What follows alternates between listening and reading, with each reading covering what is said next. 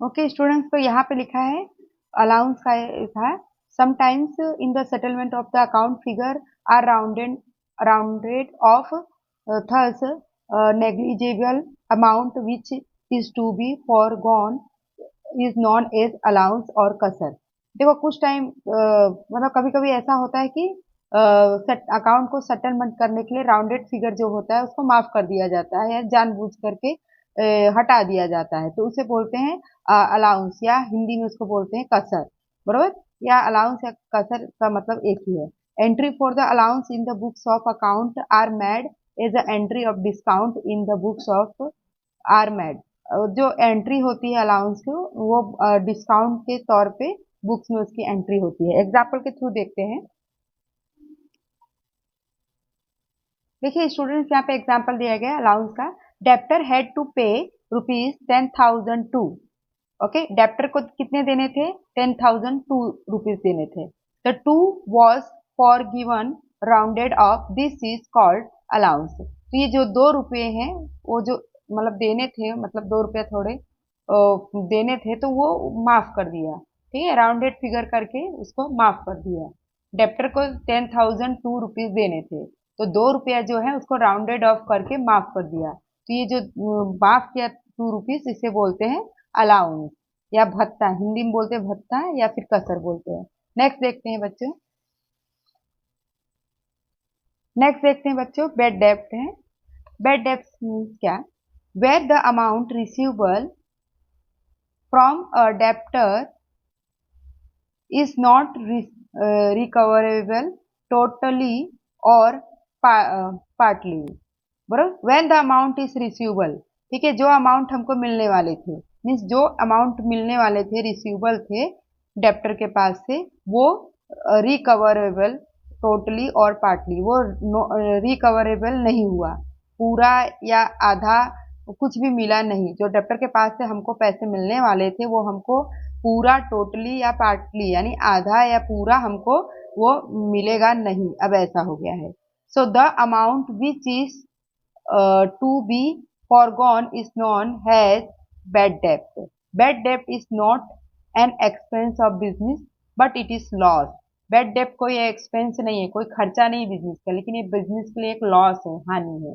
ठीक है, अब ये बैड डेप्ट क्या होता है? वो हमको अब अमाउंट नहीं मिलेगा, हमारा डूब गया पैसा, तो उसे हमें भूलना पड़ेगा। तो ये जो बैड डेप्ट है वो ये बैड डेप्ट है, बिजनेस का कोई खर्चा नहीं है, ये बिजनेस का एक तरह से बहुत बड़ा लॉस है। ठीक है, एग्जाम्पल के थ्रू समझते हैं।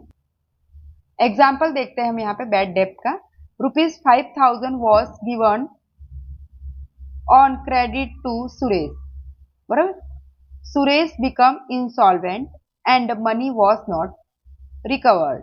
अब यहाँ पे क्या है कि 5,000 रुपया हमने क्या किया, सुरेश को उधार दिए, और सुरेश क्या हो गया? इंसॉल्वेंट हो गया। इंसॉल्वेंट का मतलब होता है दिवालिया, मीन्स अब उसके पास पैसे नहीं है, वो उसके पास पूरे पैसे खत्म हो गए हैं। इंसॉल्वेंट मतलब वो दिवालिया हो गया है, उसको उसके पास पैसे है ही नहीं, अब हमारा मनी हमको नहीं मिलेगा, हमारे पैसे हमको वापस नहीं मिल पाएंगे। तो ये जो 5,000 हमको नहीं मिलेगा, ये हमारे लिए बैड डेप्ट है, मतलब हमारे लिए लॉस है, नुकसान है। ठीक है, चलिए नेक्स्ट देखते हैं। ओके, नेक्स्ट है यहाँ पे gain. Gain means profit. Gain का मतलब क्या होता है? लाभ, profit.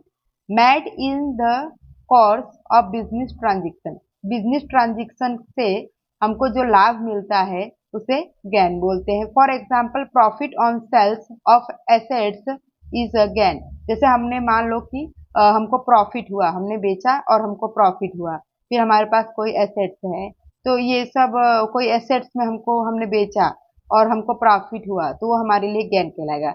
In the context of profit and loss account, excess of revenue income over revenue expense is also known as gain. इसके अलावा जैसे कि प्रॉफिट और लॉस अकाउंट, मतलब प्रॉफिट और लॉस भी होता है, जैसे कि रेवेन्यू रेवेन्यू इनकम है ओवर रेवेन्यू एक्सपेंस, मतलब हमारे खर्चे से ज्यादा हमारी इनकम हो, हमारे खर्चे से ज्यादा हमारी इनकम हो, तो वो भी एक तरह से हमारे लिए गैन है, यानी प्रॉफिट है, लाभ है।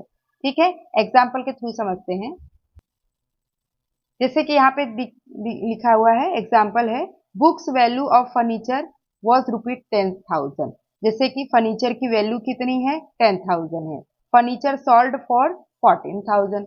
अब उसी फर्नीचर को हमने 14,000 में बेच दिया, ठीक है, 10,000 का फर्नीचर था, हमने 14,000 में बेचा, तो हमको 4,000 का क्या हुआ, गेन हुआ।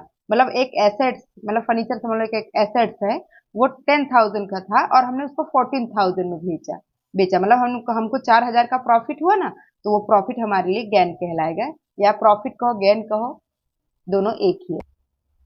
ओके, नेक्स्ट है हमारा bills receivable. Okay, bills receivables क्या है, bills receivables is a return document.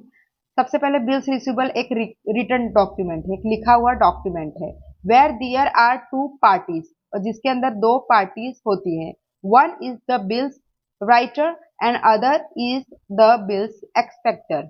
मतलब एक होता है बिल लिखने वाला और दूसरा होता है बिल एक्सेप्ट करने वाला, मतलब स्वीकार करने वाला। Where bill writer acquires right to receive certain amount as per predetermined date in the figure, it become receivables. Bills is a bills receivable for the bills writer.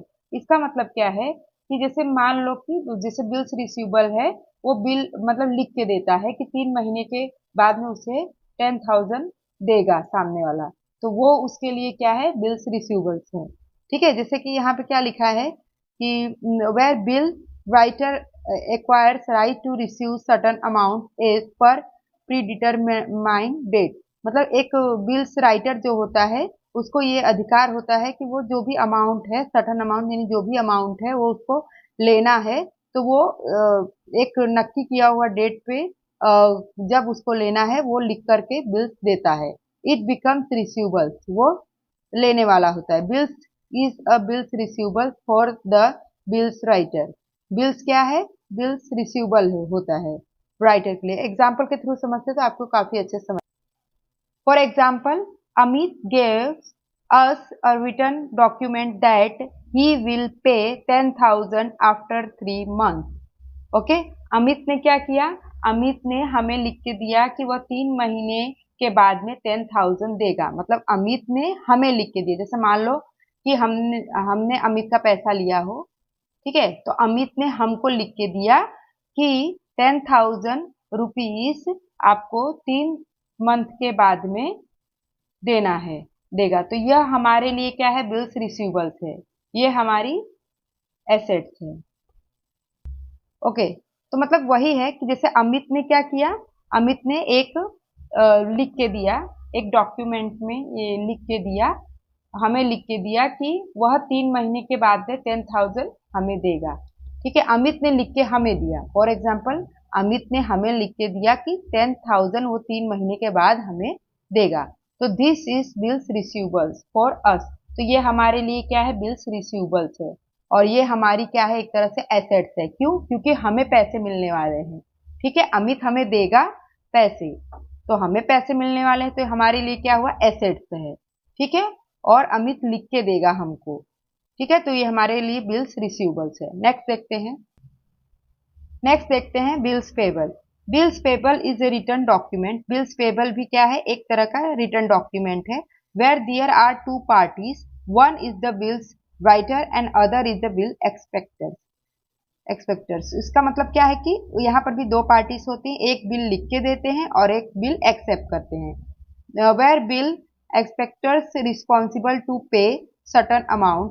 जो बिल्स एक्सपेक्टर जो accept करता है बिल्स को, वो responsible होता है certain amount पे करने के लिए, as per predetermined date in the future. जो भी फ्यूचर जब भी हो, तब वो जो भी डेट प्री डिटर्मिनाइंड मतलब वो नक्की करके रखा है उस दिन पे उसको देना पड़ता है। It become payable, bills is a bills payable for the bills एक्सपेक्टर्स।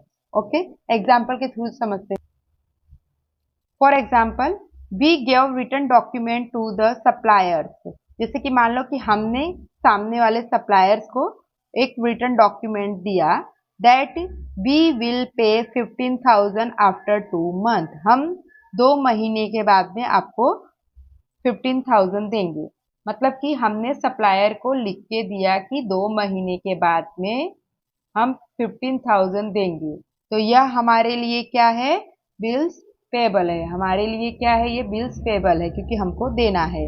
और ये हमारे लिए क्या है, हमारे लिए लाइबिलिटी कहलाएगी क्योंकि हमको देना है। ठीक है गाइस, यहाँ पे मेरा जो बेसिक टर्म्स है यहाँ पे फिनिश हुआ।